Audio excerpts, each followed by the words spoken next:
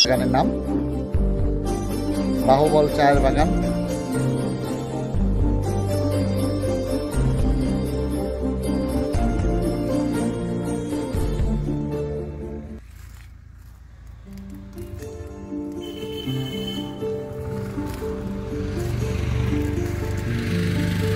Viewers, আপনাদের সুবিধার্থে আমি একটু কাছের থেকে দেখাই।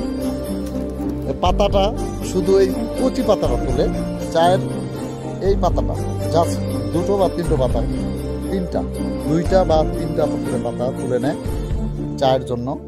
এরকম মাথাটা জাস্ট কচি ডোকাটা নেওয়ার পরেই ঠিক 7 থেকে 10 দিন পর আবার নতুন পাতা গজা। আসসালামু আলাইকুম ভিউয়ার্স, আমার চ্যানেলে আপনাকে অনেক স্বাগতম। আশা করি আল্লাহর রহমতে সবাই খুব ভালো আছেন। আজ আপনাদের নিয়ে এসেছি চায়ের বাগানে।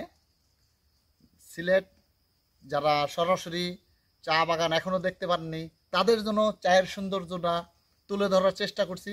ভিডিওটা না টেনে পুরোটা শেষ করবেন।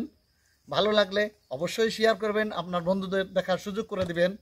আমি একে একে চা বাগানের সৌন্দর্যটা তুলে ধরার চেষ্টা করছি, সাথেই থাকবেন।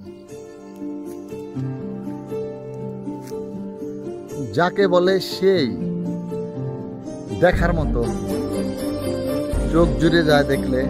সমতল ভূমি আস্তে আস্তে সমান থেকে পাহাড়ের উপরে উঠে গেছে, সেখানেও চা।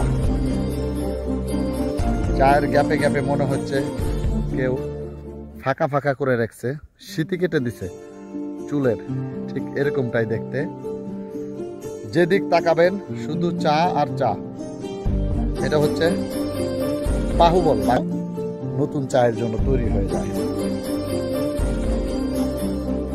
দেখতে খুব চমৎকার, খুবই চমৎকার দেখতে।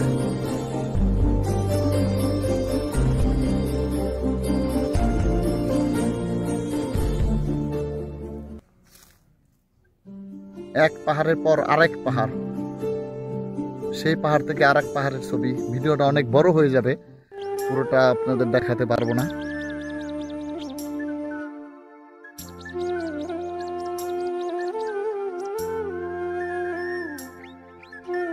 কোথাও পাহাড়, কোথাও সমতল ভূমি, যত দূর দেখা যায়। মাঝখানে একটু কাশের বন, তারপরে আবার চায়ের বাগান।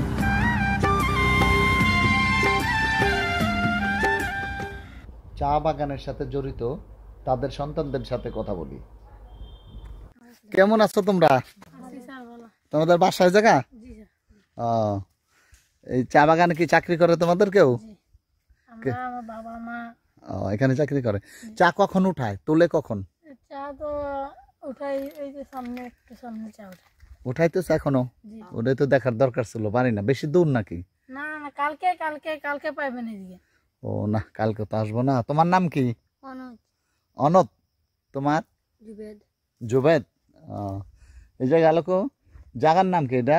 বৃন্দাবন টি স্টেট। বৃন্দাবন, বৃন্দাবন টি স্টেট। আপনি ভালো আছেন?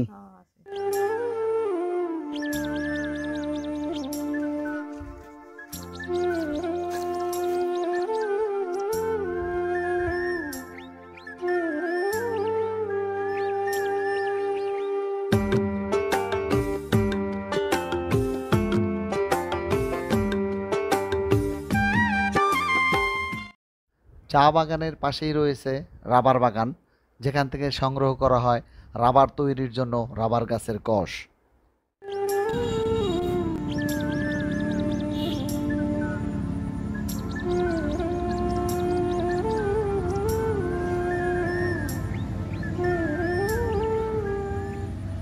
দর্শক, এই ছিল আজকের চা নিয়ে ভিডিও।